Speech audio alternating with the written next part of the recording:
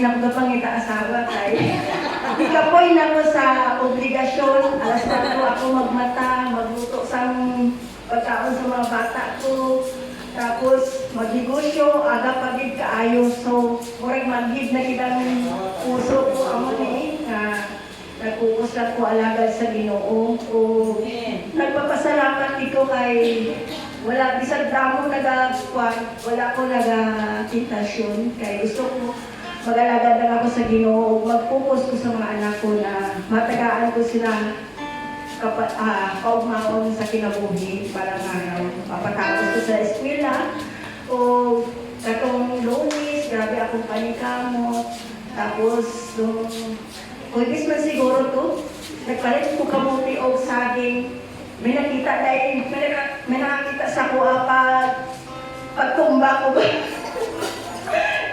So, ama na siguro ka, matumba ka, so bangon ka ulit,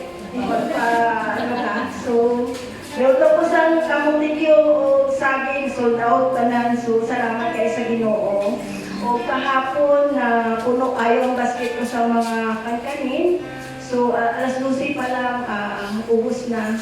O nagluto naman po ito, kamutikyo, saging, o nagbaligya kaya po pa iskinday. So, salamat kayo sa Ginoo kay sold out gihapon ang paninda ko. Basta, ang kasing-kasing na to na wala na sa Ginoo o natagaan ka o biyaya sa adlaw-adlaw o kalakasan.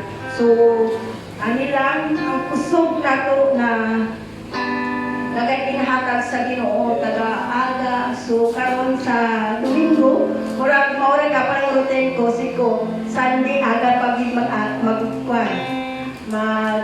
sa simbahan. So, for luto na ko, may mga breakfast na tanan mga pamangkin ko. Matana lang sila mag-breakfast. So, amo na ako obligasyon ko. So, salamat tayo sa Ginoo. Amo niya ang sitwasyon ko na single mom.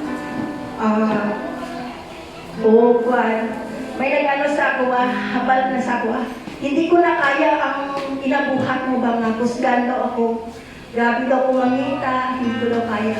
Pero kung kauban mo ang Ginoo, may kusog. Ano na, pasalamat ko sa Ginoo.